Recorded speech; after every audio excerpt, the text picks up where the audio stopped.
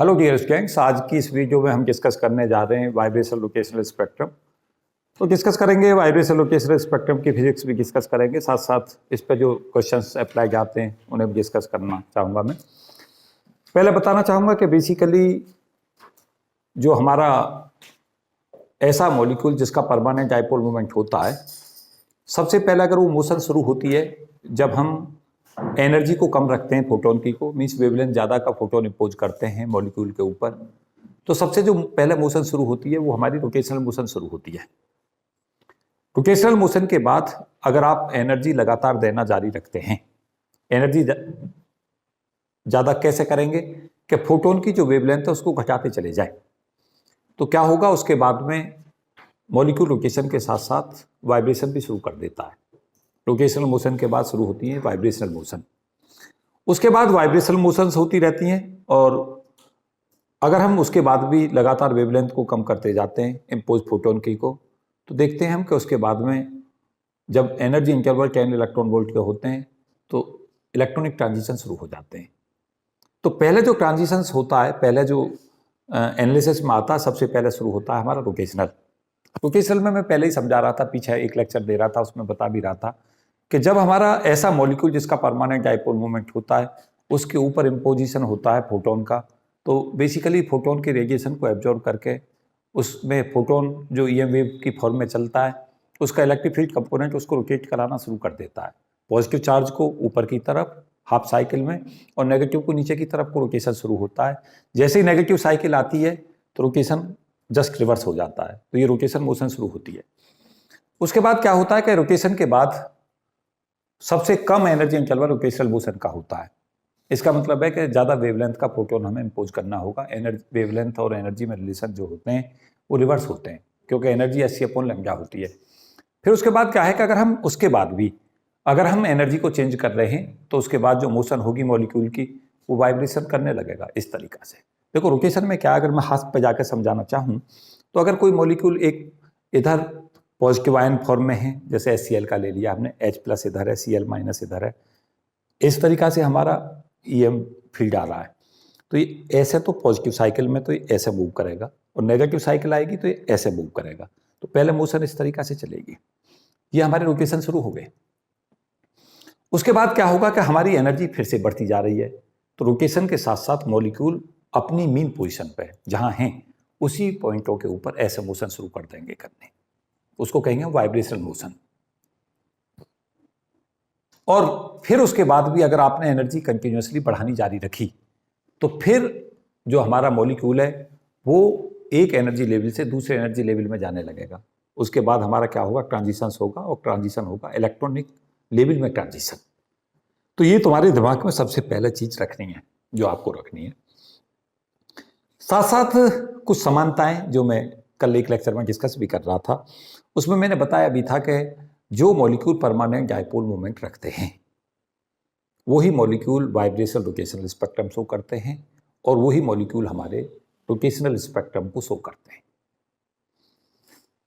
उसमें भी मैंने ये भी डिस्कस किया है, रेगुलर बताया है कि हेट्रो मॉलिक्यूल जो होते हैं, हेट्रोन्यूक्लियर मॉलिक्यूल जो होते हैं, जिनमें दोनों की नेचर होती है, उन्हीं का परमानेंट डाइपोल मोमेंट होता है, वही शो करते हैं।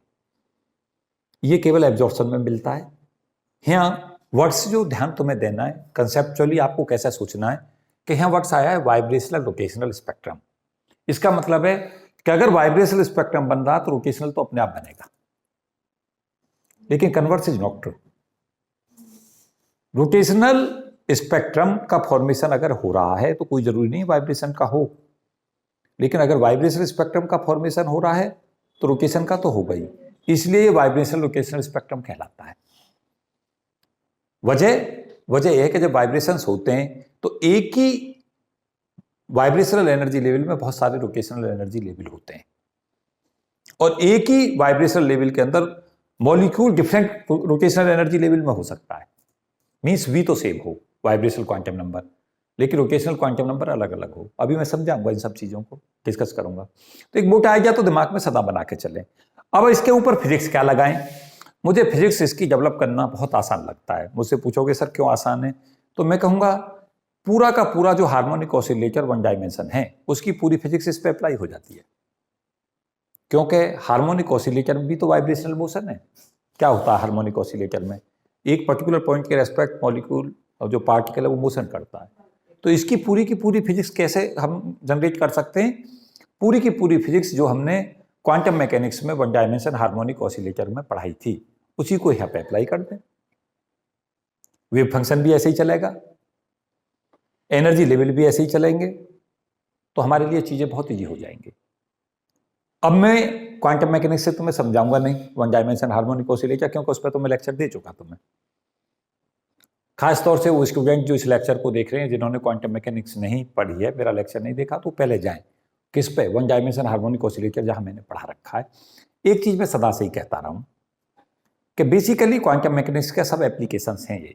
अगर आप रोटेशनल में देख रहे हो तो हमने क्वांटम अप्लाई की थी जब हमने एल स्क्वायर को जे प्लस वन एच का स्क्वायर लगाया था, वहां हमने क्वांटम मैकेनिक्स इंट्रोड्यूस कर दी थी। अब यहाँ पे भी जब हम हार्मोनिक ऑसिलेटर पे लगाएंगे फिजिक्स, वो भी क्वांटम मैकेनिक्स वाली फिजिक्स लगाएंगे। इसका मतलब क्या हुआ? और यहां से जो रिजल्ट आएंगे थ्योरेटिकल और एक्सपेरिमेंटल रिजल्ट मैच करते आते हैं। इसका मतलब क्वांटम मैकेनिक्स का यहां भी वेरिफिकेशन है।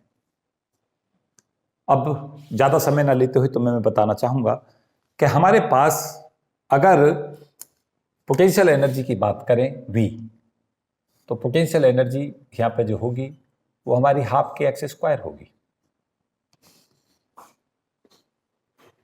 के फोर्स कांस्टेंट हो गया और एक्स क्या है? एक्स है R minus R E. R E क्या है? आर ई इक्विलिब्रियम डिस्टेंस है। बेसिकली क्या होगा, जब तुम्हारे दो एटम वाइब्रेट करेंगे तो एक इक्विलिब्रियम में उनके बीच का सेपरेशन होगा और उसके बाद उनकी बीच की डिस्टेंस चेंज होगी उस इक्विलिब्रियम सेपरेशन से, ज्यादा और कम। तो यहां पे जब हम एक्स स्क्वायर में लाएंगे तो चाहे मॉलिक्यूल इक्विलिब्रियम पोजीशन के मुकाबले नजदीक आए या दूर जाए, एक्स चाहे पॉजिटिव हो चाहे माइनस में हो, एक्स स्क्वायर सदा पॉजिटिव ही देगा वैल्यू। और अगर याद हो तो एक फिजिक्स आती थी कि चाहे हम स्प्रिंग को खींचें चाहे उसे कंप्रेस करें, एनर्जी दोनों बार हमें वर्क करना पड़ेगा। एक्स को अगर माइनस एक्स से भी रिप्लेस करते हो तब भी एनर्जी वही रहेगी।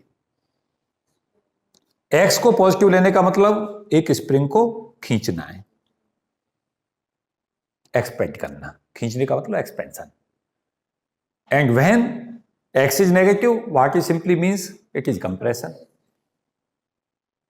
तो here we are considering potential energy half k r minus r square, where r is the equilibrium position between two atoms and r is the separations at any particular moment of time, और k is the force constant। तो half के x square के बाद आपको पता है कि ये जो प्रॉब्लम्स है वो हार्मोनिक ऑसिलेटर की प्रॉब्लम हो गई। हार्मोनिक ऑसिलेटर में हमें पता है कि जो एनर्जी होती है En, we also know that energy in this case is equal to En is equal to n plus half into h cut omega, where value of omega is found to be under root k upon mu. Why you are considering mu? Because here there are two masses. There are two masses means molecule have different atoms and atoms have the different mass.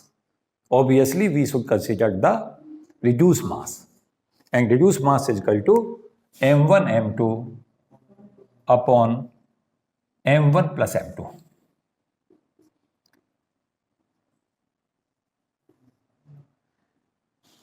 Here I am saying that if we know the value of potential, then we are able to evaluate the value of energy eigenvalue. And in harmonic oscillator, energy is equal to E is the function of n and E is the function of omega. And when we say dependency on quantum number n and omega, then we can simply write down the expression of energy En is equal to n plus half h cut omega, where n is the quantum number, principal quantum number, and omega is the angular frequency. And angular frequency depends upon two factors. One is k means simply force constant, and another one is mu, reduced mass. And reduced mass is nothing rather than m1 m2 upon m1 plus m2, where m1 and m2 is the mass of atoms. This is the simple mathematical expressions, and here we have completely used the quantum mechanics. In atomic physics, we can replace this n is equal to V. What is V? Here V is said to be vibrational quantum number. This theory is simply inspired from the fact that molecule simply makes the oscillations and nature of oscillations is simple harmonic motion. Therefore, we have taken the expressions for harmonic oscillators and this is the simply expressions of the energy. In atomic physics, we can replace principal quantum number n to V, vibrational quantum number. Now, expressions of energy depends upon vibrational quantum number and we can simply write down this expression is equal to EV is equal to V plus half h cut omega. क्या किया है? Simply we have replaced the n to V, vibrational quantum number. और n है क्या था? यहाँ हम principal quantum number इसे कहते थे, यहाँ इसे वाइब्रेशनल क्वांटम कह रहे हैं. There is no difference between these two. केवल एक नोटेशन चेंज किया है वाइब्रेशनल मोशन को बताते हुए. तो हम इसके साथ जैसे ही हम इस एक्सप्रेशंस को जाते हैं और ओमेगा हमारा डिफाइन है, we already define the value of omega. Now this expressions when EV is divided by HC, then this expressions come to be V plus half h cut omega upon HC.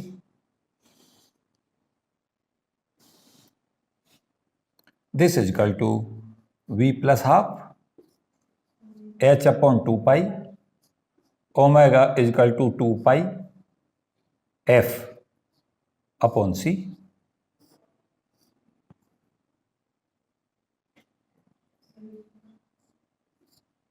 This comes to be V plus half into F upon C.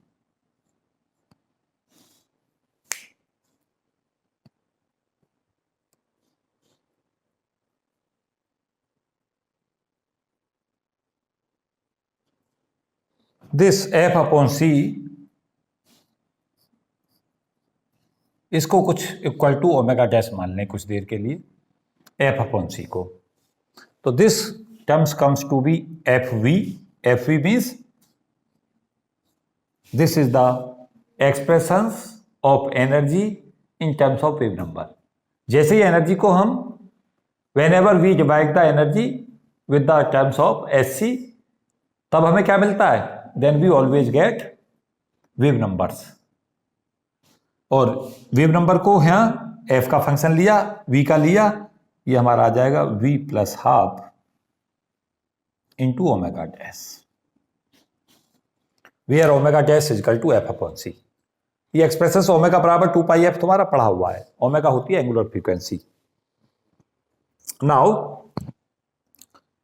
If we put the value of V is equal to 0, then we get F0 is equal to half omega dash. When we put down the value of V is equal to 0, we get F1 is equal to 3 by 2 omega dash. When V is equal to 2, F2 is equal to 5 by 2 omega dash and so on. तो क्या देख रहे हो कि यहाँ जो हमारे energy interval हैं, ये हमारा हाफ ओमेगा डैश, इधर अंतर 3 by 2 ओमेगा डैश, V बराबर 0 के लिए, V बराबर 1 के लिए, V बराबर 2 के लिए ये F V की वैल्यू है, 5 by 2 omega dash and so on.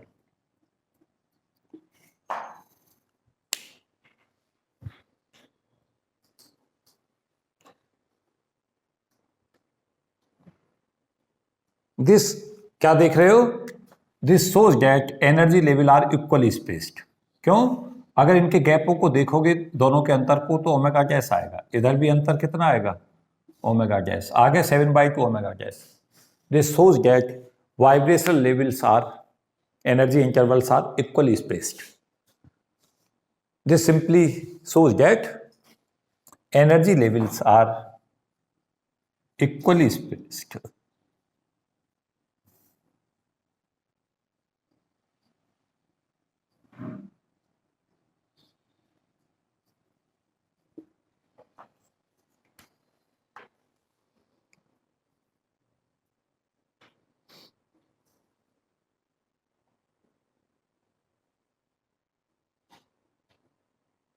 अगर हम एनर्जी पे डायग्राम पे दिखाना चाहें, इस एनर्जी डायग्राम को कैसे शो करेंगे, ऐसे दिखाएंगे। ये हमारा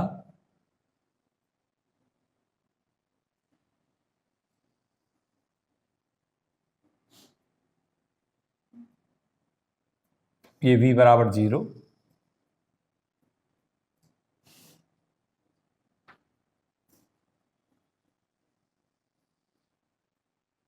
V बराबर 0, एनर्जी कितनी होगी? एनर्जी विल बी V बराबर 0 पे half H cut omega and V बराबर 1 पर this is value of energy. Vibrational quantum number के हिसाब से देते जा रहे हो वैल्यू। V बराबर 1 पर एनर्जी होगी 3/2 एच कट ओमेगा, उससे ऊपर एनर्जी होगी V बराबर 2 5/2 एच कट ओमेगा, उसके ऊपर V बराबर 3 पे एनर्जी होगी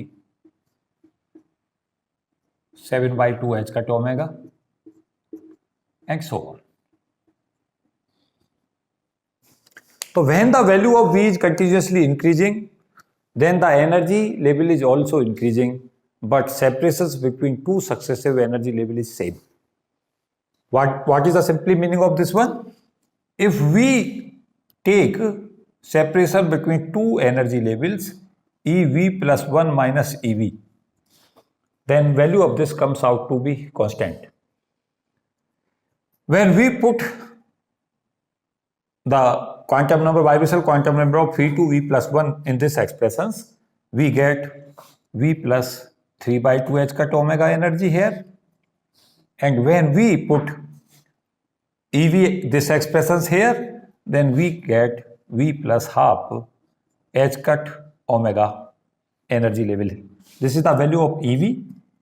E means energy of the function of vibrational quantum number. And value of this comes to be V plus half h cut omega. और यहाँ पे V को V plus 1 से जैसे ही रिप्लेस करेंगे, we get the value of energy for the vibrational quantum number V plus 1. तो difference देखें क्या आया? Value of this comes to be h cut omega independent upon V.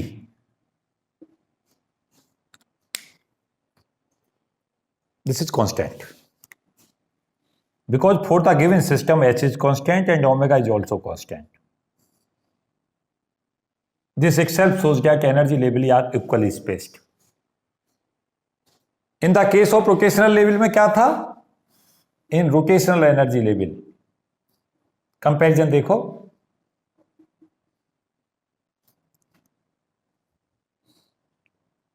वहां था energy in jth, rotational quantum number J में क्या थी? JJ plus 1 h cut square upon 2I, और I तो मोमेंट ऑफ इनर्शिया था, J was rotational quantum number, और EJ plus 1 कितना था?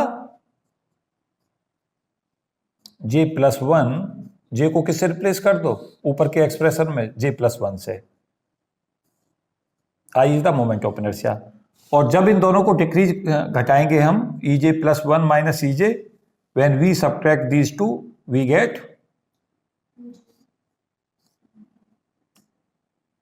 हाँ जी J plus 1,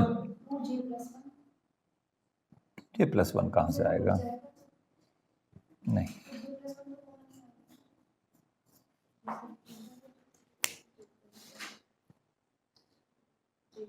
J plus 2 minus J करोगे ना तो J से J कैंसिल आउट हो जाएगा, बाकी सब कांस्टेंट में चला जाएगा।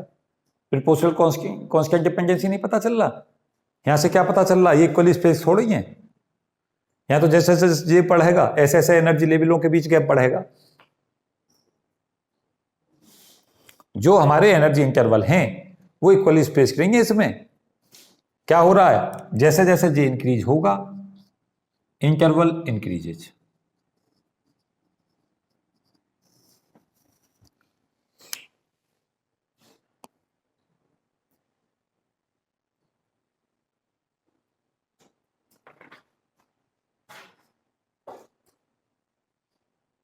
अब सिलेक्शन रूल क्या कहेगा?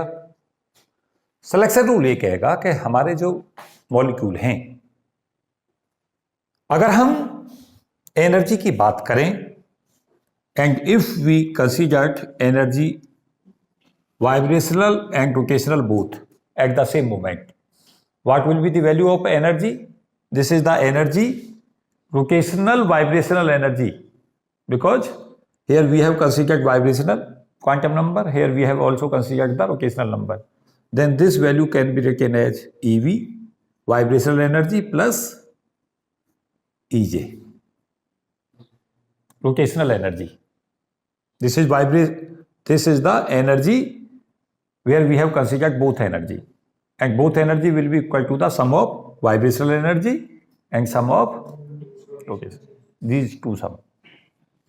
So what is the value of EV? EV is equal to V plus half H cut omega plus what is the value of EJ?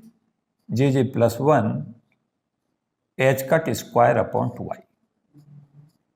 This is the expressions of EVJ, vibrational rotational energy level.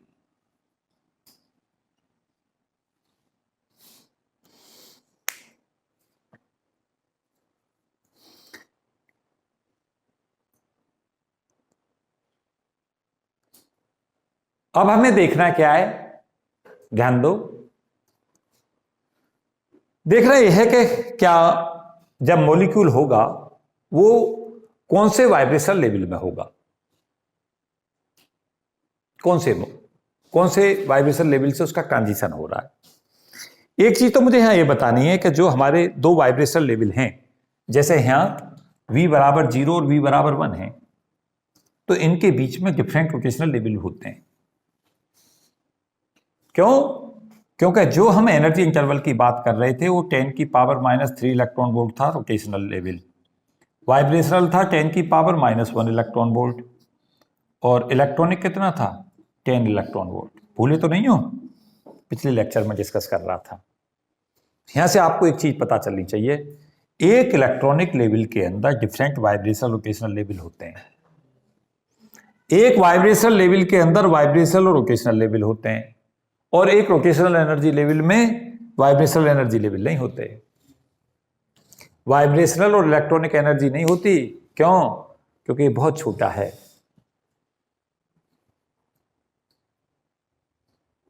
जब हमारा vibration होगा तो rotation अपने आप होगा। क्यों? क्योंकि rotation के बाद ही वाइब्रेशन पिक्चर में आता है। लेकिन ऐसा हो सकता है मॉलिक्यूल रोटेशन शो कर रहा हो, वाइब्रेशन ना कर रहा हो। इसलिए वाइब्रेशन और रोटेशन मोशन को आप इंडिपेंडेंटली नहीं ऑब्जर्व कर सकते। वो दोनों, जब हम इस एनर्जी लेवल पर पहुंच गए कि वाइब्रेशन ट्रांजिशन हो गए हैं, तो रोटेशनल तो उसके साथ अटैच रहेंगे। और ये एनर्जी लेवल है वाइब्रेशन में, ये रोटेशनल एनर्जी लेवल आएंगे हैं डॉट डॉट में, गैप यहां बढ़ेगा, यहां बढ़ेगा। अब मैं इसमें कितना दिखा दूं, केवल दो ही चीज दिखा पाया, क्योंकि गैप, हालांकि वहां ऐसा नहीं है, वहां एक ही दो वाइब्रेशन लेवल के बीच में इतना गैप होता है कि उसमें बहुत सारे रोटेशनल लेवल होते हैं। क्योंकि यहां एनर्जी इंटरवल से पता चल रहा है, ये और ये, इनमें अगर देखो तो 100 टाइम्स का अंतर है। अपने आप ही पता चल जाएगा कि वाइब्रेशन लेवल में बहुत सारे रोटेशन संभव हैं। पहुंचे नहीं यहां तक, आगे पहुंचो। अब मॉलिक्यूल तुम्हारा कहां है उसको देखोगे, तो उसमें मॉलिक्यूल को देखने के लिए हमारे पास क्या होगा कि यहां से अगर मॉलिक्यूल तुम्हारे इस स्टेट में है, तो यहां से उसको ट्रांजिशन यहां और यहां नहीं कर सकता। उसके लिए सिलेक्शन रूल है। सिलेक्शन रूल क्या कहता है वाइब्रेशनल का? फिर सिलेक्शन रूल देखो, यहां तक पूछ लो कुछ, क्योंकि मैं बोर्ड पे स्पेस बनाऊंगा। यहां तक कुछ पूछना तो मुझे बताओ।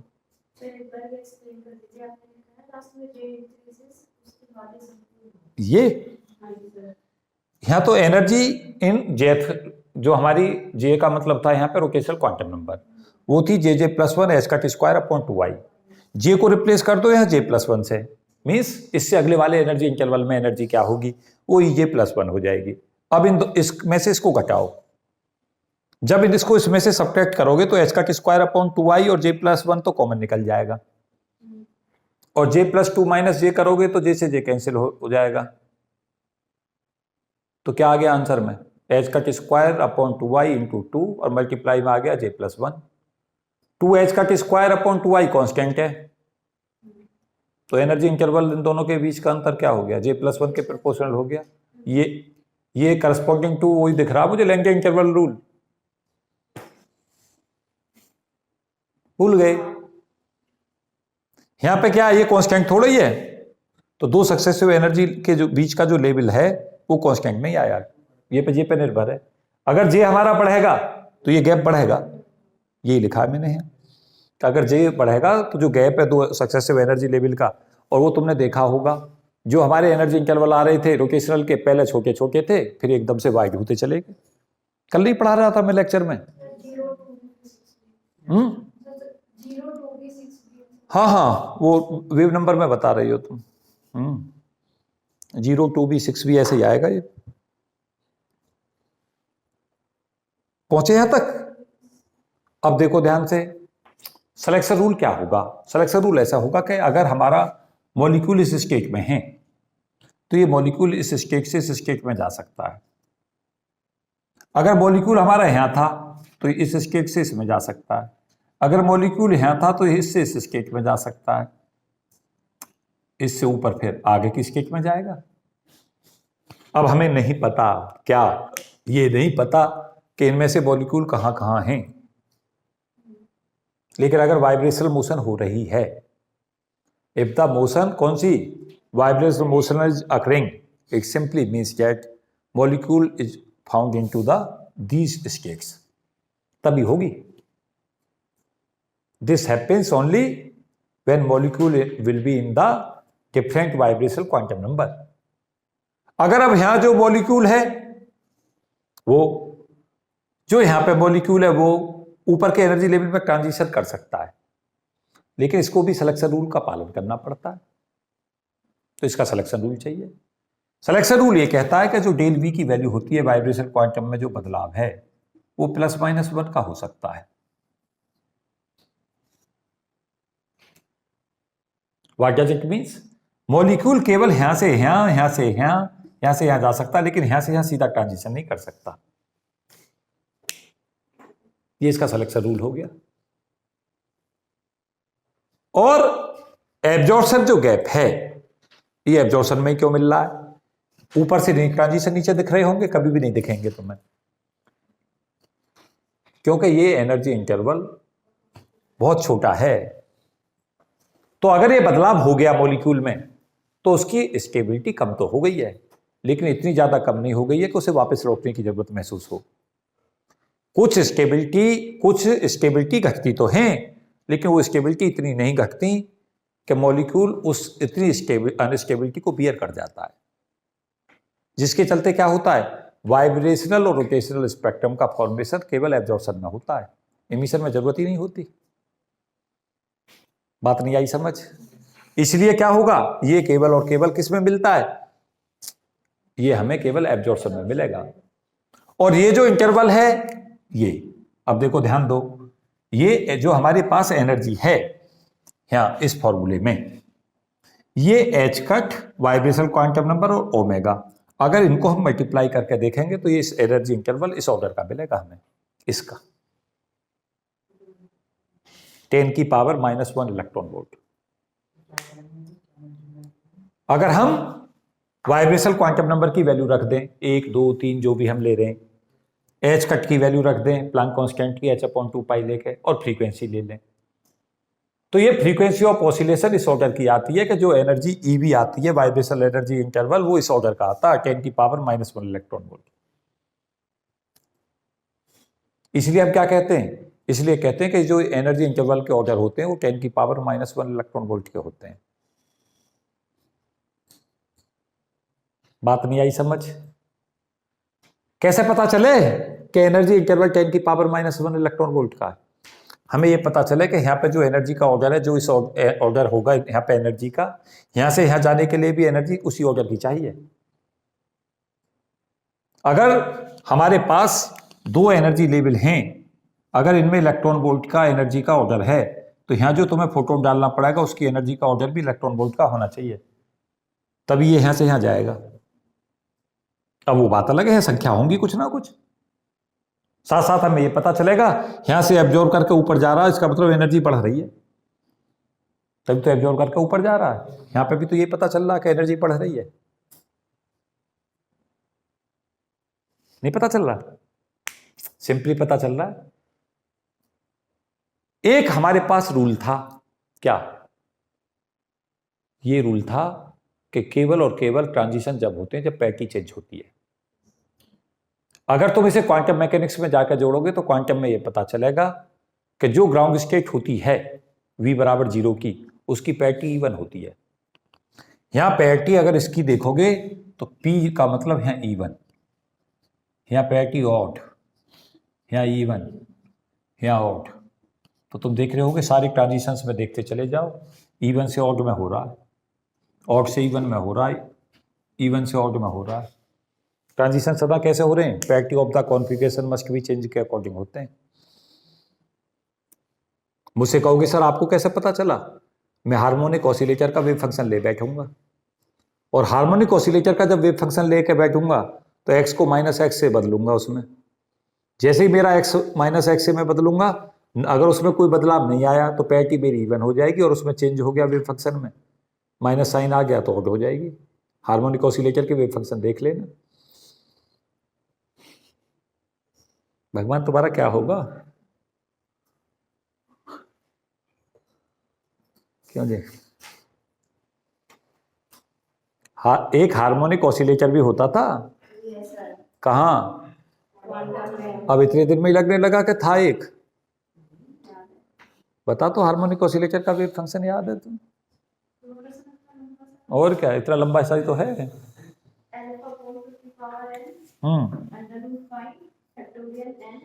एल्फा अपॉन 2 की power n factorial n root पाई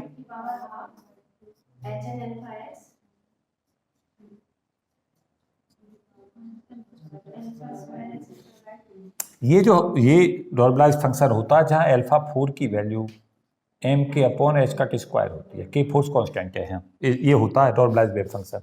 ध्यान दो, इसमें जब n की वैल्यू ये तो सतह देखो क्या करेगा, x चाहे पॉजिटिवली नेगेटिवली इसकी वैल्यू तो सेम रहेगी। ये हर बाइपोलर पैटी चेंज करता है। इस फंक्शन में खास खूबी होती है कि जब ये वैल्यू ऑड होती है इसकी 135, ये सदा जो पैटी है वो हमारी ऑड दे देगा, और जब भी हम n की वैल्यू को इवन लेंगे 0, 2, 4, 6, तभी पैटी को हमारी इवन दे देगा। इसलिए पैटी ऑड और इवन चलती हैं। v बराबर 0, 2, 4, 6 ये तो हमारी चलती हैं कौन सी पैटी? इवन। और जब वाइब्रेशन क्वांटम नंबर 135 ऐसे चलेगा तो ऑड होंगी, और पैटी कॉन्फ़िगरेशन की चेंज हो रही है, एब्जॉर्प्शन और इमिशन में होनी चाहिए। इसलिए क्या हो रहा है, यहाँ से यहीं ट्रांजिशन संभव है, यहाँ से यहाँ नहीं हो सकता, क्योंकि यहाँ भी इवन पैटी, यहाँ भी इवन पैटी। और लेपोर्टी रूल भी तो था। अब भी नहीं समझे बात? फोटोन जब मॉलिक्यूल को पे इम्पोज होता है और मॉलिक्यूल एक वाइब्रेशनल क्वांटम स्टेट से दूसरी वाइब्रेशनल क्वांटम स्टेट में जाता है, तो वो केवल तब जाता है जब उसकी पैटी चेंज होती है। इसे हम लेपोर्टी रूल भी कहते थे। कितनी बार बताया? बहुत बार बताया। तो आज फिर ये कह दो कि ना पता जी, तो भगवान क्या कहा जा सकता है? इसका मतलब देश सुरक्षित हाथों में नहीं है।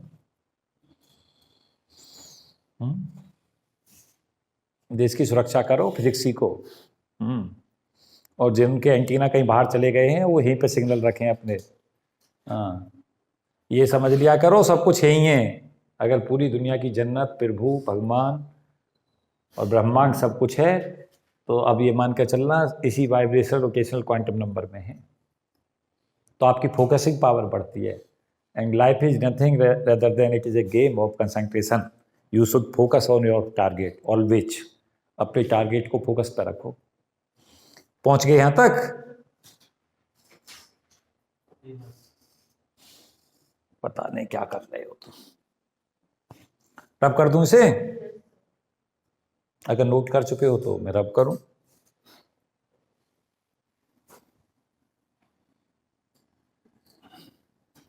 अब देखो यहां पे है क्या क्या क्या चीजें और हमारे लिए इंपॉर्टेंट हैं।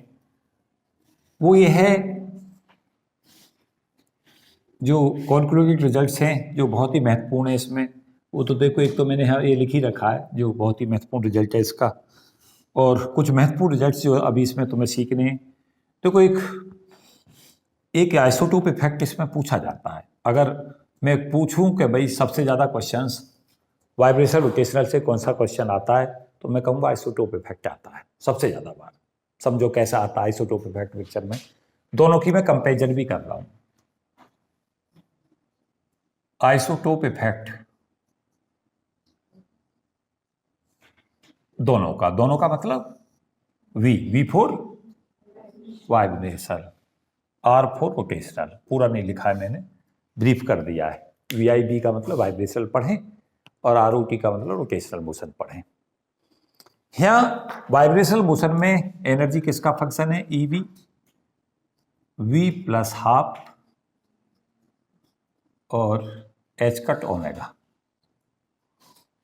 Here V is the vibrational quantum number, omega is the angular frequency.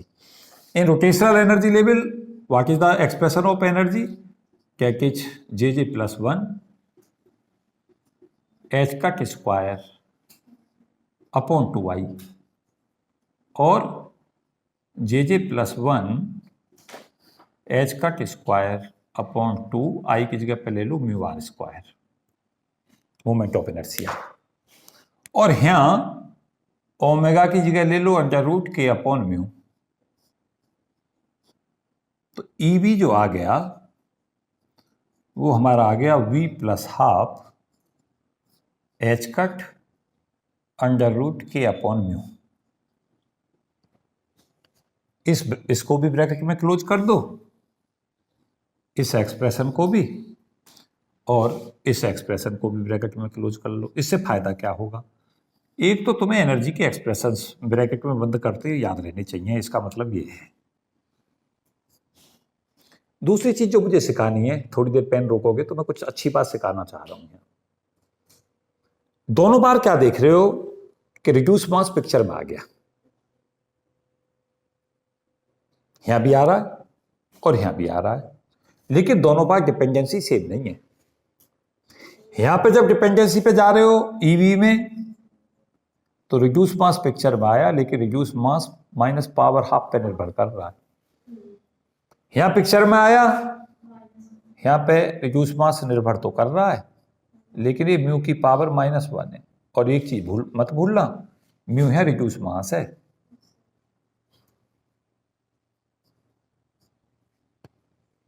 Reduce mass जो होगा उसे तुम जानते हो सब, m1 m2 upon m1 plus m2 होगा।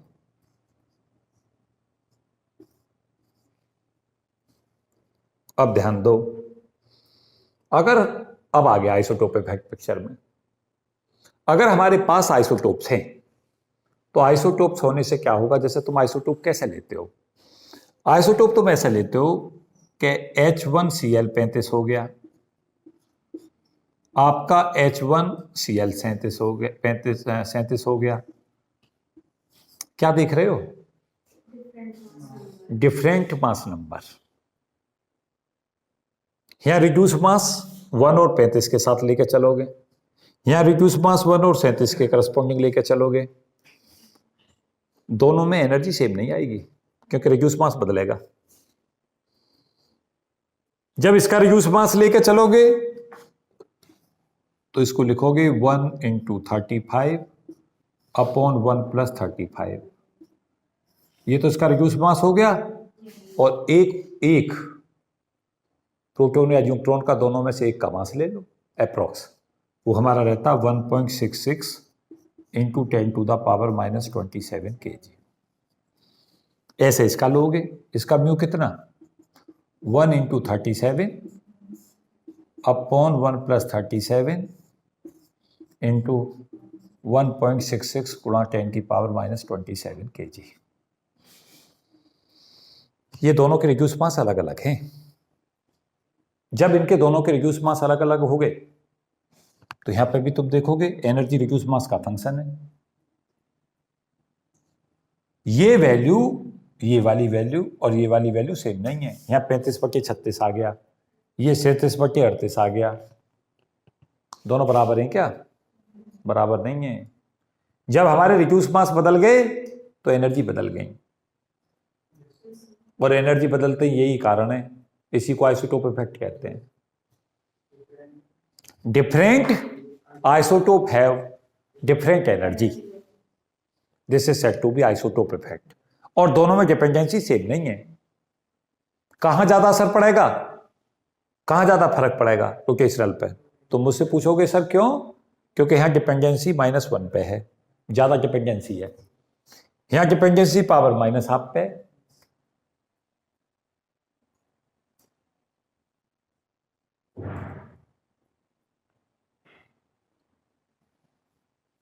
क्या सीख रहे हो? कि जो हमारे पास में वाइब्रेशनल और रोटेशनल एनर्जी लेवल हैं, 5 से 6 कॉर्पोरेट रिजल्ट समझो। यहां रोटेशनल के अंदर एनर्जी किस किस पर निर्भर कर रही है? अगर इस एक्सप्रेशन को देख रहे हो तो it depends upon the rotational quantum number and it is also depending upon the moment of inertia. Here energy is the function of vibrational quantum number and it is also depends upon the frequency of vibration. Frequency of vibration itself depends upon the force constant and itself depends upon the reduced mass. And dependency कैसे? Under root पे है, power half पर।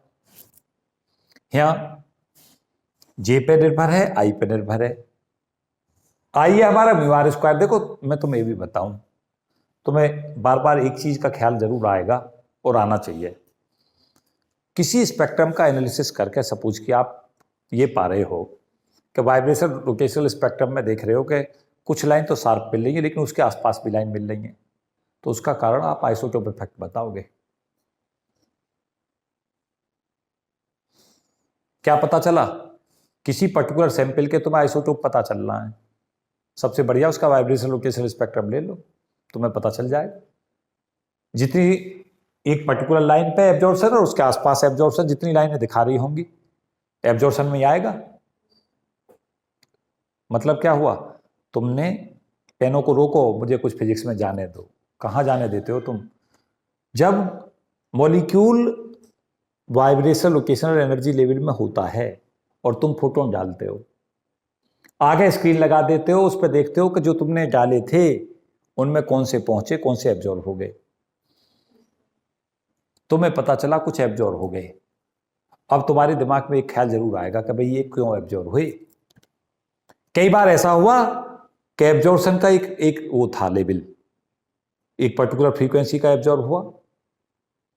जैसे आपको पता चला कि H cut omega के एनर्जी इंटरवल के फोटोन सबसे ज्यादा एब्जॉर्ब हो रहे हैं, तो तुम क्या समझाओगे उन्हें? तुम ये समझाने की कोशिश करोगे कि वो H कट ओमेगा के एब्जॉर्प्शन इसलिए हो रहे हैं कि यहां से यहां, यहां से यहां, यहां से यहां।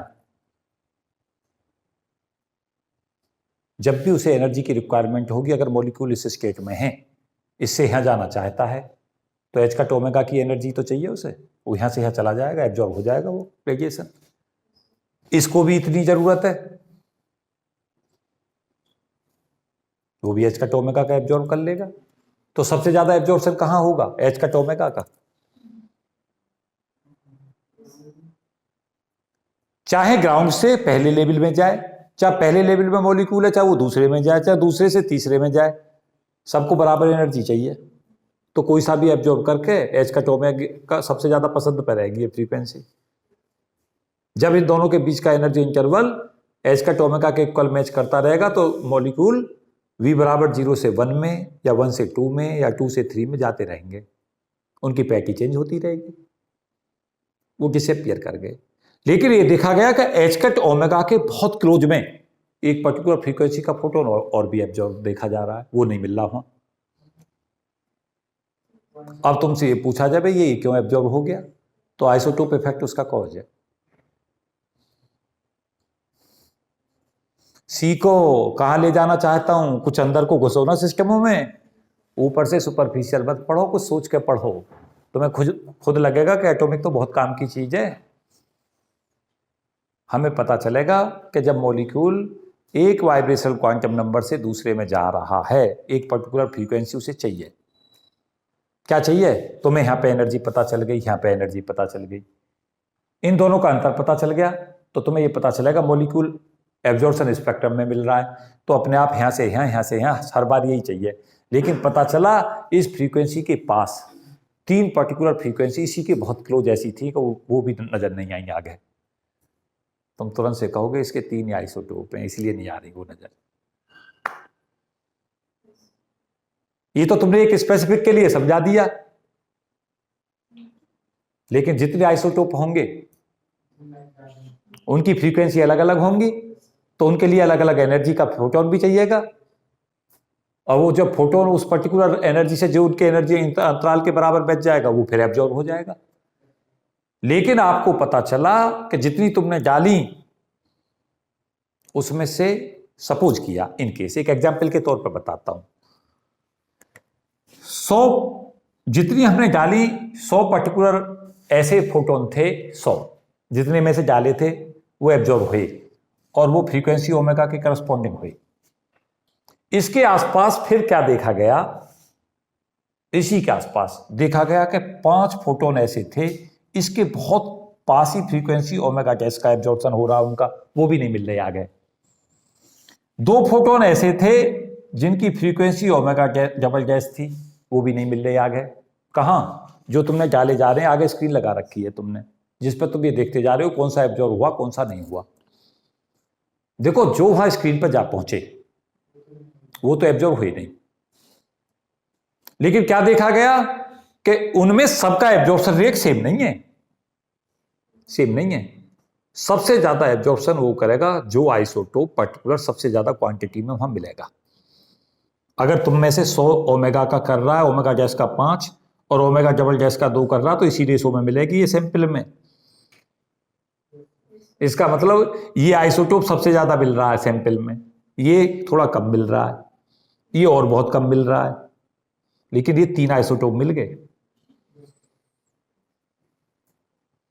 बात नहीं समझे? ये बराबर बराबर नहीं मिलेंगे। बराबर बराबर का मतलब समझ रहे हो? सबसे ज्यादा एब्जॉर्प्शन इसी का मिलेगा, उसके पास पास कुछ पर्टिकुलर फोटोन एब्जॉर्ब हो जाएंगे, लेकिन वो बहुत कम होंगे। क्यों? सैंपल में डिफरेंट आइसोटोप डिफरेंट प्रोपोर्शन में होते हैं, जिसकी तादाद ज्यादा क्वांटिटी में होगी वो उसी पर्टिकुलर को तो एब्जॉर्ब करेगा, जब कमी होंगे तो कहां से ज्यादा पकड़ के जाएंगे ऊपर, कम सीखे। तुम्हें ये सिखा रहा हूं, इसका फायदा क्या होता है, स्पेक्ट्रम एनालिसिस से सीधे आइसोटोप पता चल जाते हैं। आज तुम्हें पता है कहां ले जा रहा हूं? कुछ बच्चे सोच रहे होते हैं सर इसे क्यों पढ़ा रहे हैं, तुम्हें यह पता चलेगा कि स्पेक्ट्रोस्कोपी का तो तोड़ ही नहीं, बहुत बहुत बड़े फायदे हैं इसके। मॉलिक्यूलर स्ट्रक्चर सारे के सारे इसी स्पेक्ट्रम एनालिसिस से तो मिलते हैं। आइसोटोप की डिस्कवरी हो गई है जो तुम्हें समझाई है मैंने।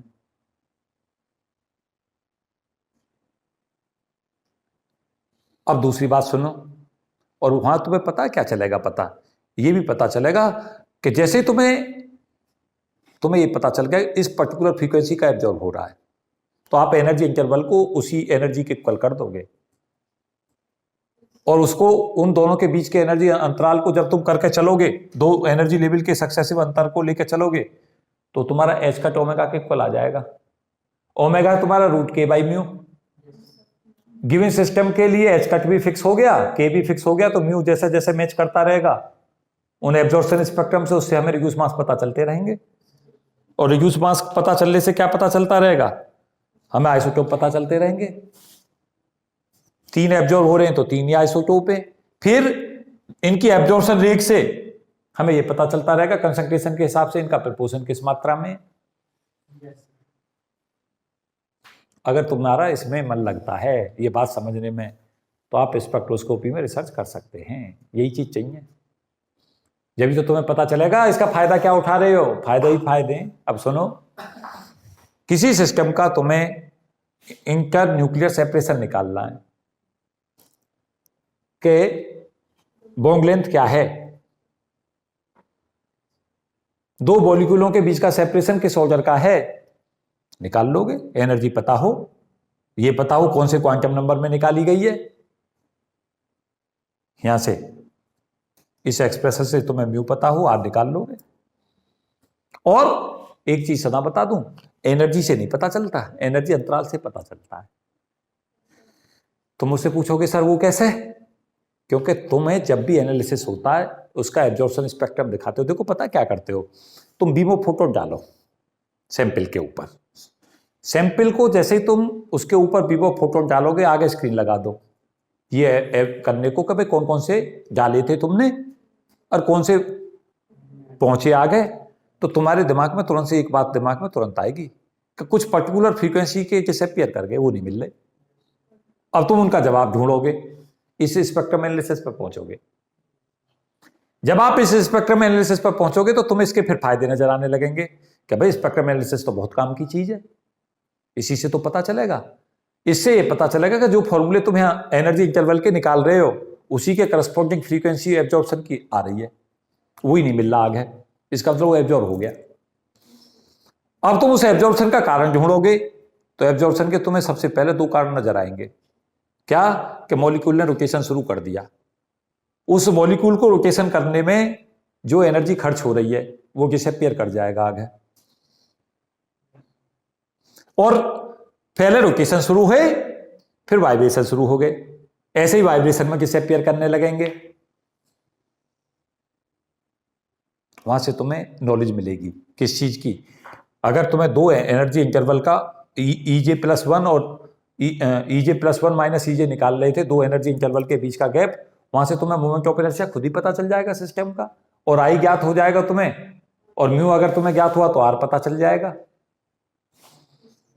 तो तुम्हें क्या पता चलेगा, देखो आई पता चलाना इससे चल जाएगा, रिड्यूस मास निकाल ले हैं वो निकल जाएंगे, आर चाहिए वो निकल जाएगा, बॉन्ड लेंथ निकल जाएंगी।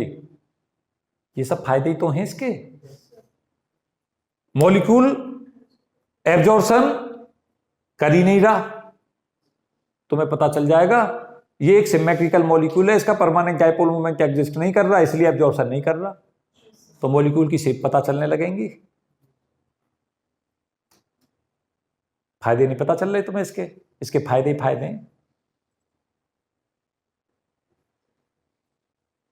क्यों जी, कहां सो गए या जग रहे हो? सदा ही खतरा रहे तुम्हारे सोने का। क्यों जी, अभी तक सोई तो रहे थे, जगे रहो। जगे रहो। पता चला कुछ आइसोटोप इफेक्ट का? क्या बता रहा था? ये बता रहा था तुम ये सोचोगे भाई इसका फायदा नहीं है। देखो क्या करते हो, तुम गए रिसर्च करने, ध्यान दो, तुम रिसर्च करने गए और मैंने कहा कि बच्चों तुम्हें एटॉमिक में मैं रिसर्च कराता हूं, तुम्हें क्या करना होगा। अब तुम्हें रिसर्च समझाता हूं कि रिसर्च हम कैसे करते हैं। रिसर्च में हम ऐसे करते हैं कि हमारे पास सबसे पहले एक सैंपल हो। तो सैंपल के लिए कंपाउंड आते हैं, एक कंपनी होती है एल्ड्रिच सिग्मा, तो मैं एटॉमिक रिसर्च समझाता हूं कैसे होती है। कंपनी होती है एल्ड्रिच सिग्मा, वो कंपाउंड उपलब्ध कराती है। अब आपने क्या किया कि जब आप रिसर्च वर्क में जाएंगे तो रिसर्च वर्क में आपके पास सबसे पहले यह होगा कि आप सबसे पहले ये पता करने की कोशिश करेंगे किस किस कंपाउंड पर काम हो चुका है। जिन पर काम हो चुका है उनका क्या करोगे, वो तो काम हो चुके। तो आप ऐसे कंपाउंड ढूंढोगे जिन कंपाउंडों पर काम नहीं हुआ। वो कंपाउंड तरह तरीका के हो सकते हैं, आयोनिक कंपाउंड हो सकते हैं, मेटेलिक कंपाउंड हो सकते हैं, वो बायोलॉजिकल एक्टिव कंपाउंड हो सकते हैं, वो मिक्स कंपाउंड हो सकते हैं, वो डॉप्ड कंपाउंड हो सकते हैं। आपने कंपाउंड चूज कर लिया, पहला काम आपका पूरा हुआ। उस कंपाउंड का अब आपको कैरेक्टराइजेशन करना है, उसकी वेरियस प्रॉपर्टी पता करनी है। आपको पता करना है कि इस कंपाउंड में कितने आइसोटोप हैं, तो आपको आइसोटोप इफेक्ट की जरूरत पड़ेगी।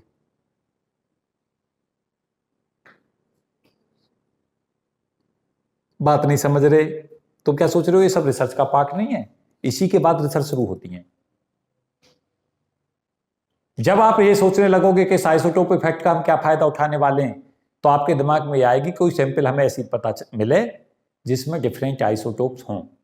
अब क्या होगा, आपके पास खासतौर से जिन कॉलेजों में आप पढ़ रहे हो या जहां पढ़ रहे हो, वहां पे इनके एनालिसिस के लिए हो सकता है आपके पास इक्विपमेंट ना हो, क्योंकि आपको स्पेक्ट्रोग्राफ की जरूरत होगी, आपको सोर्स की जरूरत होगी जो लाइट के सोर्स इंपोज कर सकें, आपको स्क्रीन की जरूरत होगी। सपोज कि आप पे नहीं है, तो आप क्या करोगे, आप उस कंपाउंड का एनालिसिस करने के लिए, कैरेक्टराइजेशन के लिए किसी अच्छे ऑर्गेनाइजेशन में जाओगे जहां ये सुविधाएं हों। वो सुविधाएं पेइंग होती हैं जनरली, चाहे वो IITs हैं, चाहे वो NPL है, चाहे वेरियस ऑर्गेनाइजेशन क्या करते हैं, वो पेमेंट बेसिस पे आपके कंपाउंड का कैरेक्टराइजेशन करके आपको दे देते हैं। जैसे ही आपके कैरेक्टराइजेशन होकर आपको मिलता है उस सैंपल के बाद, जब आप सैंपल उन्हें दे देते हैं तो वो आपको उसके साथ बता देते हैं भाई कैरेक्टराइजेशन में इसके में ये मिल रहा है। अब दो बातें, जो कॉलेज लेवल पे हैं उनके यहाँ सुविधा ना होने से उन्हें कैरेक्टराइजेशन वो खुद नहीं कर सकते, तो कैरेक्टराइजेशन के लिए वो दूसरे ऑर्गेनाइजेशनों पर निर्भर करेंगे। IITs में जो पढ़ेंगे, जो आइजर में पढ़ेंगे, जो वैसे ऑर्गेनाइजेशन में पढ़ेंगे, उन्हें वो एप्रेटिस सब खुल के और पढ़ा के सब सिखाए जाएंगे। जो कॉलेजों में है वो उनकी सुविधाएं लेंगे, क्यों? क्योंकि उन्हें ना तो इक्विपमेंट मिल सकते, कहाँ से मिलेंगे, वो कॉस्टली इक्विपमेंट होते हैं, सबकी एक करोड़ों करोड़ों के इक्विपमेंट्स होते हैं, इतनी ग्रांट तो होती नहीं कॉलेजों पे, तो कैरेक्टराइजेशन होकर आपको मिल जाएगा। जैसे ही आपको कैरेक्टराइजेशन होकर मिलेगा तो उस कैरेक्टराइजेशन को आपको एनालिसिस करना है। वो एनालिसिस आप तब कर सकते हैं जब आप थ्योरेटिकल, आपका कंसेप्ट बहुत साउंड हो। पता चला एब्जॉर्प्शन स्पेक्ट्रम में कुछ लाइन डिसअपीयर कर गई, कुछ मिल रही हैं, जो एब्जॉर्प्शन में मिल रही हैं तो आपको बताना ये क्यों मिल रही हैं। ये सारी थ्योरी जब भी तो चाहिए, सारे कंसेप्ट चाहिए। अब भी नहीं समझे? एब्जॉर्प्शन स्पेक्ट्रम उसका मिल रहा है तो वो बता देगा भाई वाइब्रेशन लेवल, जब उसके ट्रांजिशंस आपको कैरेक्टराइजेशन के साथ मिलेंगे तो उनसे आपको वाइब्रेशनल एनर्जी के इंटरवल पता चलने लगेंगे। उससे आपको ये पता चलने लगेगा कि यहाँ वाइब्रेशनल एनर्जी इंटरवल इसी ऑर्डर के हैं।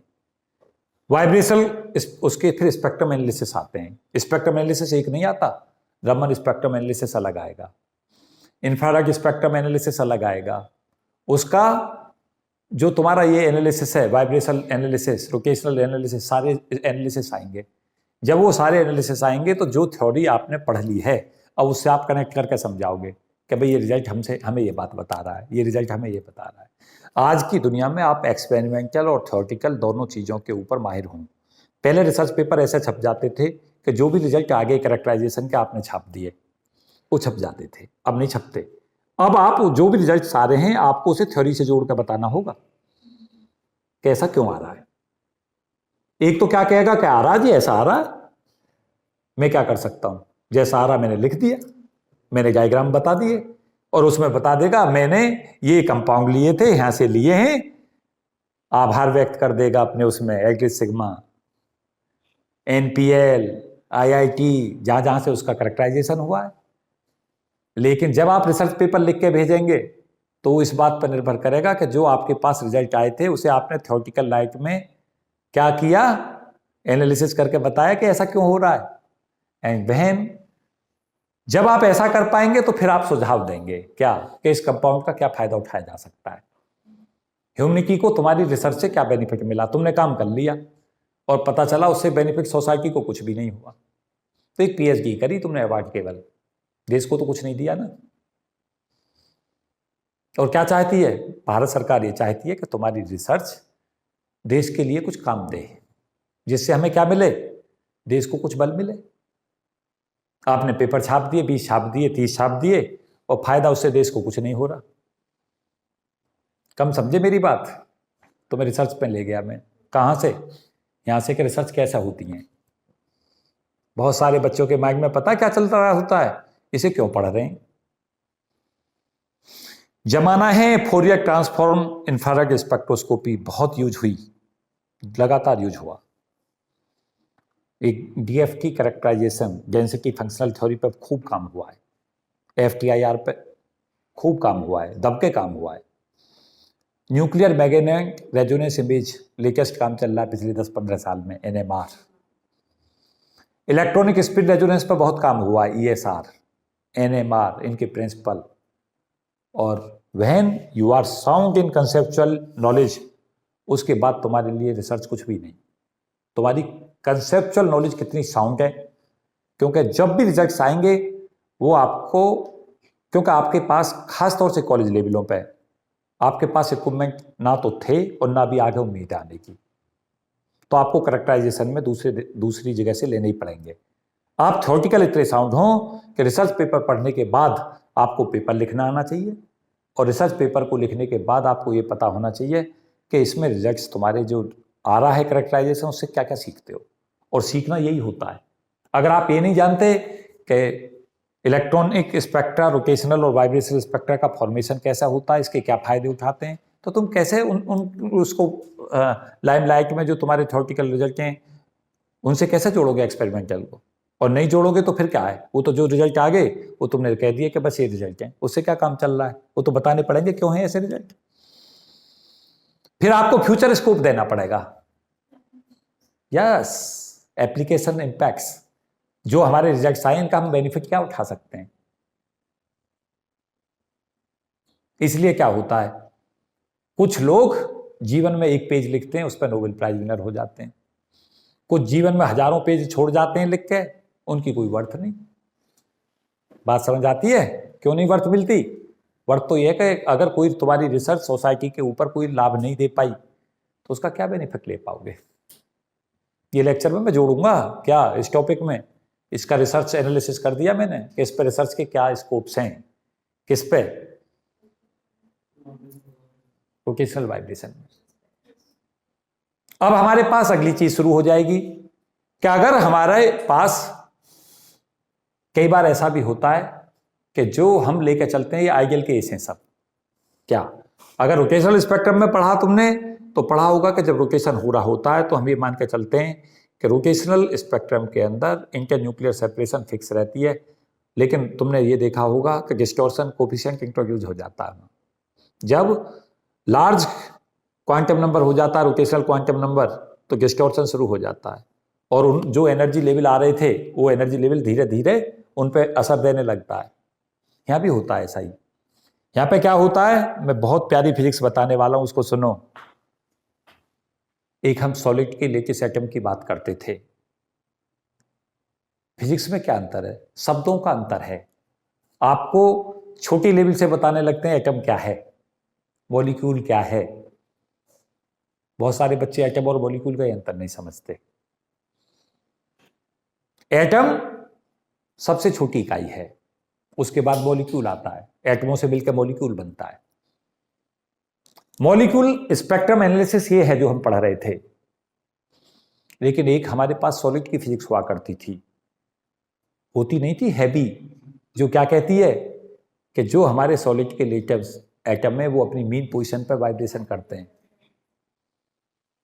उनकी एसएचएम चलती रहती है जब तक कोई खतरा नहीं उसको, वो लगातार सॉलिड था, सॉलिड ही बना रहेगा। आपने उसको हीट देना शुरू किया, जैसे ही आपने हीट देना शुरू किया उसने अपनी मीन पोजीशन पर वाइब्रेशन शुरू कर दिए करने। जैसे ही वाइब्रेशन शुरू किए तो बाद में क्या हुआ कि जब तक सॉलिड का लेटेस्ट एटम अपनी मीन पोजीशन के ऊपर इतना ही आगे जाता है, इधर राइट में, और इतना ही लेफ्ट में जाता है, तब तक उसको कोई खतरा नहीं है सॉलिड बने रहने में। अब क्या होता है, आपने हीट फिर से देनी जारी रखी। अब उसके वाइब्रेशंस हार्मोनिक नहीं रहे, एक तरफ को ज्यादा जाने लगा, दूसरी तरफ को कम जाने लगा। अब बैलेंस खत्म होने लगा। जैसे ही बैलेंस खत्म होने लगा तुरंत से पिक्चर में एक ब्यूटीफुल फिजिक्स शुरू हो गई, एन हार्मोनिसिटी। आपने फिर से उसे हीट देनी जारी रखी। अब वाइब्रेशंस सॉफ्ट भी होने लगे, आसानी से होने लगे, लेकिन एक तरफ को और ज्यादा होने लगे, एक तरफ को कम रहने लगे। अब मीन डिस्प्लेसमेंट उसका जीरो नहीं आ रहा। अब वो क्या होने लगा, एक समय ऐसा आ गया कि उसने एक तरफ जाने से इनकार कर दिया, केवल एक ही तरफ को जाने लगा। अब उसकी स्थिति सॉलिड से लिक्विड में बदल गई, अब वो सॉलिड ही नहीं रहा। पता ना तुम कौन सी दुनिया में चले गए। तुम कहोगे सर वहां क्यों ले गए आप, ये इसकी तो फिजिक्स थी, ये तुम्हारी कौन सी रोटेशनल स्पेक्ट्रम की फिजिक्स तो लग रही है उस पर, वहां पे वाइब्रेशन की तो लग रही है, क्योंकि वाइब्रेशन ही तो करता है वो मीन पोजीशन पर लेके इसका एटम, वाइब्रेशनल मोशन है। हार्मोनिक ऑसिलेटर भी तो वाइब्रेशन ही करता है, जब तो एन को बी से रिप्लेस किया है। क्या है वाइब्रेशन? वाइब्रेशन में जब तक कोई खतरा नहीं है, कोई मॉलिक्यूल, कोई लेके इसका एटम, अगर वो अपनी मीन पोजीशन पर दोनों तरफ बराबर बराबर जा रहा है, कोई खतरा नहीं, इसकी स्टेबिलिटी को, इसकी स्टेट को। खतरा कहां से शुरू होगा? जब वो एक तरफ को ज्यादा जाने लगे, एक तरफ को कम। फिर क्या होगा? दूसरी तरफ को और कम जाने लगे, एक ही तरफ को जा रहा है। एक समय ऐसा आ जाएगा जब वो दूसरी तरफ को आएगा ही नहीं, एक ही तरफ को भगा चला जाएगा। तो जो उसे रोक रहा था रेस्टोरिंग फोर्स, उसका रोल खत्म कर दिया। किससे करा दिया तुमने? हीट से किया है वहां, तभी तो सॉलिड को लिक्विड बनाया है। कहां ले गया इसकी फिजिक्स को? सॉलिड पे जा जोड़ी मैंने। आपके दिमाग में सारी फिजिक्स एक साथ से कनेक्ट हो, तभी तो आप समझोगे फिजिक्स क्या है। क्या हो जाएगा? एकदम से हीट नहीं देते, टेम्परेचर बढ़ाते चले जाते हो, टेम्परेचर बढ़ाते चले जाते हो। जब तुम्हें अवस्थाओं के परिवर्तन को देखना होता है तो आप टेम्परेचर को धीरे धीरे धीरे राइज करते हो, एकदम से नहीं। जब तो करैक्टरिस्टिक्स पता चलेंगे।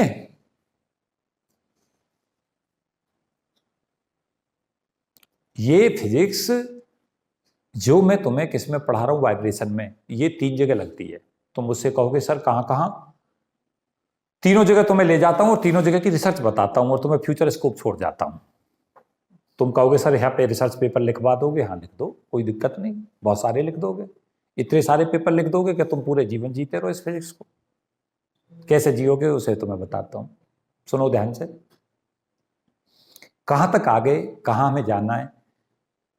हार्मोनिक ऑसिलेटर का क्वांटम एनालिसिस हमने पहले किया है। किसकी हेल्प से किया? क्वांटम मैकेनिक्स से। उस क्वांटम मैकेनिक्स को हमने कहां लगा दिया? मॉलिक्यूल पे। किस चीज को समझाने में? रोटेशनल वाइब्रेशनल स्पेक्ट्रम पे।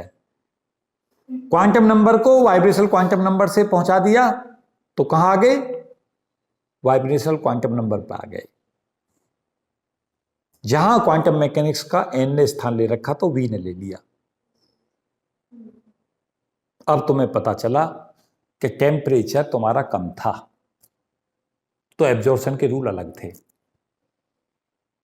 जब तुम्हारा टेम्परेचर राइज कर गया ज्यादा और हार्मोनिक ऑसिलेटर के साथ साथ एन हार्मोनिक भी पैदा हो गया, तो आपको रूल ये बनाना है कि उसे टेम्परेचर से जोड़ दो।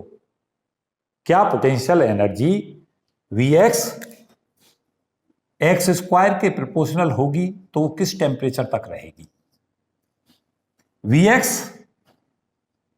एक्स स्क्वायर और एक्स क्यूब पर निर्भर करने लगेगा, किस टेम्परेचर पर लगाओगे। Vx ax square bx cube plus cx4 पर निर्भर करेगा, किस टेम्परेचर रीजन पे करेगा। आप बढ़ाते चले जाओ। क्या जब टेम्परेचर बहुत हाई हो जाएगा तो क्या पोटेंशियल की डिपेंडेंसी एक्स स्क्वायर पर रह जाएगी? तुम कहोगे नहीं रहेगी। जैसे एन हार्मोनिक, देखो ध्यान दो, अगर ये इस पर निर्भर है तो यहां एक्सपेक्टेशन एक्स 0 है। तुम यही नहीं समझे? हार्मोनिक का मतलब ये है कि पॉजिटिव और नेगेटिव बराबर जा रहा है। जब ये तुम्हारा एक्स स्क्वायर के साथ एक्स क्यूब डिपेंडेंसी भी शुरू हो जाए, अब यहां एक्सपेक्टेशन एक्स 0 नहीं होगा, अब ये नॉन जीरो हो गया। अगर आप टेम्परेचर से बताने लगे सिस्टम को कि ये इस टेम्परेचर रीजन तक हार्मोनिक रहेगा, इस टेम्परेचर तक एन हार्मोनिक होगा, इस पे डिपेंडेंसी हार्मोनिक एन हार्मोनिक और सॉफ्टरिंग होगी, वो टेम्परेचर से कैसे जोड़ोगे? रिसर्च पेपर आने लगेंगे, तुम्हें बहुत सारे पेपर मिलेंगे, बहुत सारे तुम बना सकते हो, आगे फ्यूचर स्कोप है तुम्हारे लिए बनाने का। तो क्या ये डिपेंडेंसी ऐसे ही चलती रहेंगी? एक तुम जनरल फॉर्मूला बना दो सब मॉलिक्यूलों के लिए कि भाई ये एक, अगर हमारे इस तरीका की सैंपल होंगी, वो टेम्परेचर पे हार्मोनिसिटी यहां तक चलेगी, एन हार्मोनिसिटी यहां से शुरू हो जाएगी, सॉफ्टनिंग इससे टेम्परेचर से शुरू हो जाएगी। तो उन मॉलिक्यूलों के लिए रूल बनाओ। किन के लिए? आयोनिक के लिए अलग बनाओ, जो आयोनिक कंपाउंड होंगे। मेटेलिक के लिए अलग बनाओ। जोड़ दो, रिसर्च चल जाएगी तुम्हारी। कितना ही बढ़ा दो इस फील्ड को, बहुत सारा स्कोप रहेगा तुम्हारे पास काम करने का। ऐसा नहीं है, कुछ लोगों के काम मिलेंगे भी, कुछ तुम देखोगे उनमें क्या क्या लोगों ने काम किए।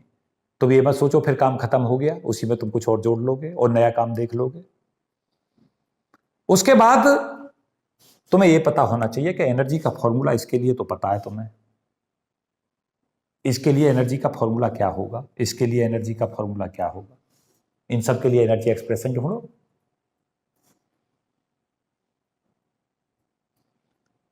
फिर क्वांटम मैकेनिकली रिजल्ट्स इसके और क्लासिकल मैकेनिकल रिजल्ट्स, उनके बीच में अंतर देखो। तो अगर क्वांटम के लिए हम एनालिसिस करें तो रिजल्ट क्या कहेंगे, क्लासिकल क्या कहेंगे, उनकी दोनों की लाइटिंग देखो कैसे कैसे हमारी बन के आती है। तो तुम्हें पता चला बहुत सारे स्कोप्स यहाँ पे पैदा हो जाएंगे, बहुत सारे। हम कुछ ऐसा कुछ सोच सकते हैं कि जो डिफरेंट हो। तुम्हें पता चला सॉलिड के लेटेस्ट एटम्स को, मॉलिक्यूल को अगर हम कंपैरिजन करने लगे तो उनमें कहाँ तक समानताएं हैं, और उन रिजल्टों में समानताएं और असमानताओं के कारण क्या हैं। तो आप क्या कर सकते हो, तुम देख सकते हो कि जो सॉलिड के लेटेस्ट एटम्स से और मॉलिक्यूल के कैरेक्टरिस्टिक्स को की कंपैरिजन कर सकते हो। दोनों का कंपैरिजन कैसे करोगे? एक सॉलिड एनालिसिस होता है, एक मॉलिक्यूल एनालिसिस होता है। तुम्हें यह पता चलेगा कि सॉलिड एनालिसिस कंपैरेटिवली टफ है, मॉलिक्यूलर एनालिसिस कंपैरेटिवली इजी है, क्योंकि मॉलिक्यूलर स्टेट के अंदर स्पेक्ट्रम आसानी से मिलते हैं। सॉलिड के एनालिसिस बहुत मुश्किल होते हैं। तुम्हें पता चलेगा इस चीज का। तो ये चीजें तुम्हें रिसर्च के लिए, तुम्हें इसमें फर्दर स्कोप सोचने हैं कि क्या क्या इस पर किया जा सकता है। बेसिकली सदा एक चीज याद रखो जो तुम्हें थोड़ा अलग करेगी जीवन में। जिस फील्ड में थोड़ा सा आनंद आता हुआ दिखाई दे, उस फील्ड में थोड़ा सा और एंट्री लगाओ, उसमें तुम आगे जाके, क्योंकि तुम्हें पता होगा, जिन्हें ना पता उन्हें बता दूं, 2021 के बाद पीएचडी कंपलसरी हो जाएगी सब जगह। और 2021 से अगर पीएचडी कंपलसरी हो जाएगी तो आप अपॉइंटमेंट के लिए आपके पास पीएचडी होनी चाहिए, और पीएचडी के बीज एमएससी में पैदा हो जाने चाहिए।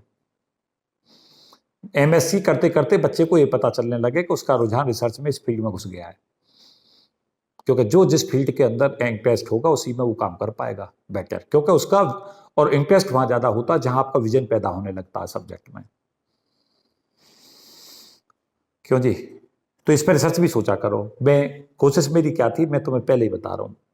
क्वेश्चंस कहाँ तक आए हैं वो तो सोच नहीं है, वो तो एक कॉमन बात है, क्योंकि वो तुम्हें कैसे पास कराएंगे। लेकिन रिसर्च आपको उससे बहुत सोचने का नाम है। जहां आप क्या सोच रहे हो, जैसे ही आपको प्रैक्टिकल एप्लीकेशन पता चलते हैं चीजों का, तो तुम्हारा इंटरेस्ट खूब डेवलप होता है। कहाँ इसके फायदे हैं। तुम क्या सोच रहे हो, जितने हमारे पास में बॉन्ग लेंथ पता चल रही है, मोमेंट ऑफ इनर्शिया निकल रहे हैं, जो भी हमारे पास में फ्रीक्वेंसी पता चल रही है, वाइब्रेशन रोटेशनल लेवल होते हैं, उनके एनर्जी इंटरवल किस ऑर्डर के होते हैं, कौन से स्पेक्ट्रम मिल रहे हैं, कौन से नहीं मिल रहे हैं, परमानेंट वाले क्यों दिखा रहे हैं, नॉन परमानेंट के क्यों दिखा रहे हैं, ये सब रिसर्च का वर्क होता है। ये रिसर्च वर्क ही होते हैं जो तुम्हें छाप के दिए जाते हैं। फिर इन्हीं में आगे फर्दर जो रिसर्च हुई हैं वो रिसर्च पेपरों से पता चलता है कि पीछे 5 साल में 10 साल में हमारी एटॉमिक में क्या क्या रिसर्चें हुई हैं। अगर सारा का सारा स्पेक्ट्रम एनालिसिस इससे होता तो रमन का जिक्र ही ना होता। वो एक रमन स्पेक्ट्रम फिर एनालिसिस हमारा आएगा। रमन स्पेक्ट्रम से हमें क्या फायदा होता है, जो मॉलिक्यूल परमानेंट डाइपोल मोमेंट नहीं दिखाते उनका एनालिसिस हम कैसे करते हैं, वो एक अलग क्वेश्चन होगा। बात समझ आ रही है? तो मैं तुम्हें रिसर्च में ले गया। क्यों जी? कहाँ ले गया? सब्जेक्ट से रिसर्च पे ले गया। रिसर्च कैसे आती है, कैसे दिमाग में तुम्हें पैदा करनी है। और तुम ये मत सोचो सारी दुनिया की जितनी रिसर्चें होती हैं वो बोर्ड से निकल के आती हैं। बड़ी रिसर्चें सदा बोर्ड पर आती हैं। क्यों? Ideas. Research is nothing rather than ideas. नए नए विचार तुम्हारे दिमाग में पैदा हों, और उससे बियॉन्ड सोचना। किताबें इसलिए पढ़ाई जाती हैं तुम्हें, क्योंकि तुम्हें यह बताने का प्रयास किया जाता है कि बियॉन्ड द बुक सोचना शुरू करो, जब किताबों से आप बाहर सोचने लगते हो। और एक समय ऐसा आता है फिर किताब में वो लिखेंगी जो तुम चाहते हो। अभी तक तुम किताब पढ़ रहे हो, एक समय ऐसा आ जाएगा जब तुम्हारे जो विचार हैं वही किताब हो जाएंगे। उस दिन तुम दुनिया में छा जाओगे। उससे पहले तो सब इसका लिए वो तुम्हें बिछाना नहीं है। जल्दी छाना चाह रहे हो तो चलो एक चीज और देख लो इसमें। एनहार्मोनिसिटी में जो Vx लेते हैं हम, Vx एक वर्ड्स होता है एनहार्मोनिक। एनहार्मोनिक समझ रहे हो? जब पोटेंशियल के इसका फंक्शन रो, एनहार्मोनिक में potential energy fx square minus gx cube हो जाती है। ये तो हार्मोनिक और ये एनहार्मोनिक। और एनर्जी का जो फॉर्मूला है, पहले एनर्जी क्या थी? हाँ जी, क्या थी एनर्जी? fx स्क्वायर के हिसाब से बताओ जल्दी। v प्लस हाफ, और यहाँ एनर्जी आ जाती है हमारी साथ साथ SC WEXC v plus half का होल स्क्वायर। ये तो एनर्जी हमारी इस fx स्क्वायर के करस्पॉन्डिंग आती है वाइब्रेशनल, और ये एनर्जी आती है हमारी स्टेम के करस्पॉन्डिंग। इसको कहते हैं WEXC को एनहार्मोनिक कांस्टेंट। क्या कहलाता है? एनहार्मोनिक कांस्टेंट, या एनहार्मोनिसिटी टर्म भी कहते हैं इसे, एनहार्मोनिसिटी टर्म कांस्टेंट। ये तो इसी के करस्पॉन्डिंग एनर्जी है और ये इसके करस्पॉन्डिंग एनर्जी है। ये है v प्लस हाफ का डिपेंडेंसी है, या v प्लस हाफ स्क्वायर पर डिपेंडेंसी है। ये रिसर्चों से आती हैं सब चीजें निकल के, ये रिसर्च वर्क ही होते हैं सब। तुम्हें जो पढ़ाया जाता है ये लोगों की रिसर्च ही हैं, जो लोगों ने कर करके तुम्हें दी हैं, और तुमसे अब उम्मीद कर रहे हैं कि भाई हमने तो जो दिया ये हमने कर दिया, अब तुम आगे का तुम करो। तो E/SC जब यहां से निकालेंगे,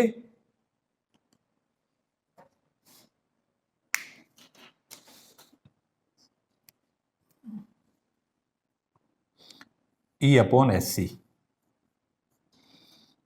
इसको हम कहते हैं जीवी। जीवी का मतलब टर्म कांस्टेंट। ये वेव नंबर में आएगा, वेव नंबर है वाइब्रेशनल स्टेट के लिए। ये हमारे पास आ जाएगा। यहां से हम अभी पीछे एक रिजल्ट देख रहे थे, v plus half omega dash, और यहां से आ जाएगा हमारा omega EXC v plus half का स्क्वायर। ये कहां लगेगा? ये एक्सप्रेशंस वेव नंबर के टर्म्स में कब लगेगा? यहां तक रहोगे तो हार्मोनिक ऑसिलेशन, और ये एनहार्मोनिक के कारण, और दोनों के कारण इतना।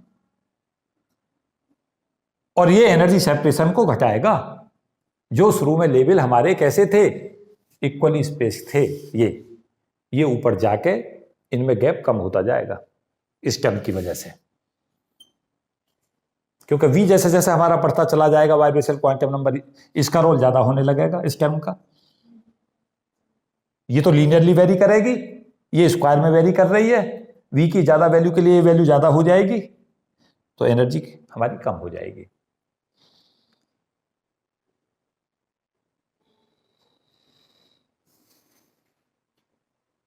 ये सिलेक्शन रूल हमारा जो चलता है, वो एक चीज याद रखना, डेल वी बराबर प्लस माइनस 1 सिलेक्शन रूल जब चलता है जब केवल ट्रांजिशन कैसे हो, हार्मोनिक H हो, और अगर एनहार्मोनिसिटी भी हो जाए तो सिलेक्शन रूल वायलेट होने लगते हैं। देखो खतरा जब नहीं था जब ये ट्रांजिशन यहां से यहां हो रहा था। खतरा जब शुरू होगा जब ट्रांजिशंस जो जनरल नियम होते हैं उनका भी पालन करने से बंद करते हैं। कब होने लगेगा? अनस्टेबिलिटी पैदा होती है उससे। फोर्सफुली भेजना शुरू कर दो और सिस्टम को इतना डिस्टर्ब कर दो कि जो इन जनरल एप्लीकेशन चल रहे थे उनको भी वायलेट होना शुरू हो जाए। तब ये क्या होने लगेगा? तब मॉलिक्यूल अपनी स्टेटों में परिवर्तन शुरू कर देता है। ऑसिलेशंस हमारे हार्मोनिक नहीं रहते बल्कि एनहार्मोनिक ऑसिलेशंस भी शुरू हो जाते हैं। और अगर वो टेम्परेचर हमारा राइज होता है, मैं एक बात सदा से कहता रहा हूं, अगर दुनिया में एक समय पर तुम्हें ये पता चलेगा कि तुम फिजिक्स को सीखना चाहते हो। मैं तुम्हें थोड़ा सा रिसर्च में और ले जाऊं, थोड़ा सा और ले जाने का प्रयास करता हूं। इस टॉपिक में मैं लिखूंगा, क्योंकि रिसर्च एनालिसिस मैंने काफ़ी किया है, इस टॉपिक पर काफ़ी चीज़ बताने की कोशिश है।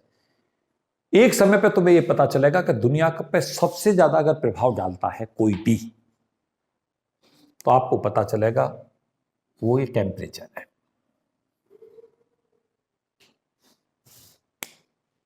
अगर आप फिजिक्स में समझना चाहते हो तो आपको पता चलेगा एक समय पे, तो आपको ये लगेगा कि आधी फिजिक्स तो इसी चीज का है कि वेरियस प्रॉपर्टीजों पे टेम्परेचरों का क्या प्रभाव पड़ता है।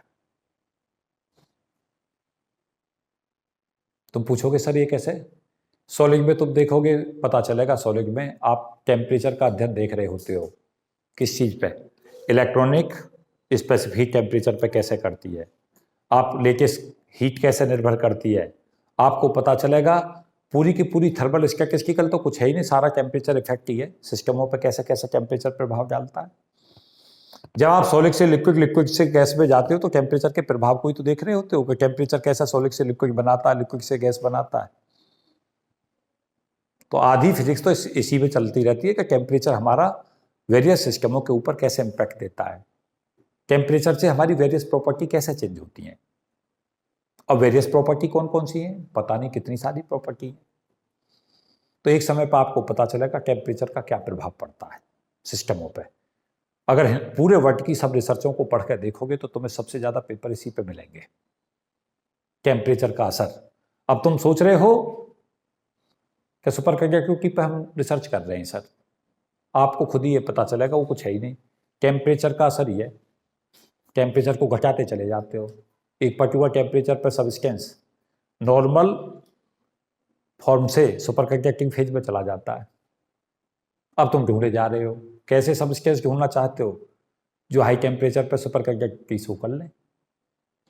पक्का नोबेल प्राइज है तुम्हारा, कोई ऐसा सब्सटेंस ढूंढ दो जो नेचर के अंदर विद्यमान हो और रूम टेम्परेचर पर सुपर कंडक्टिविटी शो करते और बहुत महंगा ना हो। लिख लो नोबेल प्राइज है, तुम्हें कोई नहीं रोक सकता, ढूंढ लो। लेकिन पता नहीं कितने लोग 1913 से लेकर लगे हुए हैं, और कहाँ आ गए हम 108 साल में हम अभी ऐसा कोई सब्सटेंस नहीं बना पाए जो रूम टेम्परेचर पर सुपर कंडक्टिविटी शो करता हो। 108 साल से लोग लगे हुए हैं। कितने साइंटिस्ट के सपने के साथ दुनिया से अलविदा कर गए, उन्हें मैं सलूट भी करे दे रहा हूँ इस लेक्चर में, जिन्हें उम्मीद थी कि वो एक ना एक सब्सटेंस ऐसा ढूंढ ही लेंगे जो रूम टेम्परेचर पर सुपर कंडक्टिविटी शो कर देगा। बात समझ में आई? इसलिए साइंटिस्टों की जिंदगी एक ऐसी जिंदगी है, उन हजारों लाखों को सलूट करूं साइंटिस्टों को जिन्होंने इस फिजिक्स को सींचने में इतना सहयोग दिया है, और इस आशा के साथ पूरे जीवन भर रिसर्च करते रहे कि कुछ बहुत बड़ा कर जाएंगे, लेकिन नहीं कर पाए। ये भी यहीं से प्रभु आते हैं पिक्चर में, जहाँ कहते हैं कि किस्मत बहुत बड़ा मैटर करती है। कुछ लोग बहुत मेहनत में कुछ नहीं कर पाते, बहुत, क्योंकि तुम्हारा फील्ड है, तुमने जिस फील्ड में ऑप्ट कर लिया रिसर्च का, ऐसा तो है नहीं रोज बदल देते हो। ऐसे आइंस्टीन तो है नहीं कि पूरी दुनिया की जितनी पजल की प्रॉब्लम है वो एक साल में सॉल्व कर दो। आपने एक फील्ड चूज कर लिया, आपको खुद नहीं पता कि वो फील्ड कहाँ आके जाके स्टैग्नेटेड हो जाए। आप दूसरे फील्ड में जाते हो, फिर ये नहीं पता वो कब स्टैग्नेटेड हो जाए, क्योंकि रिसर्च का फील्ड ऐसा है जब कुछ रिजल्ट नहीं मिलते खास तो फील्ड बदलते हैं लोग। फील्ड बदलने में भी बहुत दिक्कतें का सामना करना पड़ता है, क्योंकि जीरो से शुरू करता है हर आदमी एक समय पे। एक समय पे जब रिसर्च करता है 10 साल 20 साल तक एक फील्ड में रिसर्च करता है, तो दूसरे फील्ड को जब वो एक्सप्लोर करने का प्रयास करता है तो उसके लिए बिल्कुल लर्नर होता है, फिर वहाँ से वो शुरू करता है। अनुभव जरूर उसके पास होता है, लेकिन मेहनत उसको बहुत करनी पड़ती है। तो ये लेक्चर जो है दुनिया की सब रिसर्च कम्युनिटी को मैं डेडिकेट कर रहा हूँ, और अपने लेक्चर को यहीं पर रोकता हूँ। इस वीडियो में इतना ही। Thank you and best wishes for all of you. जय हिंद।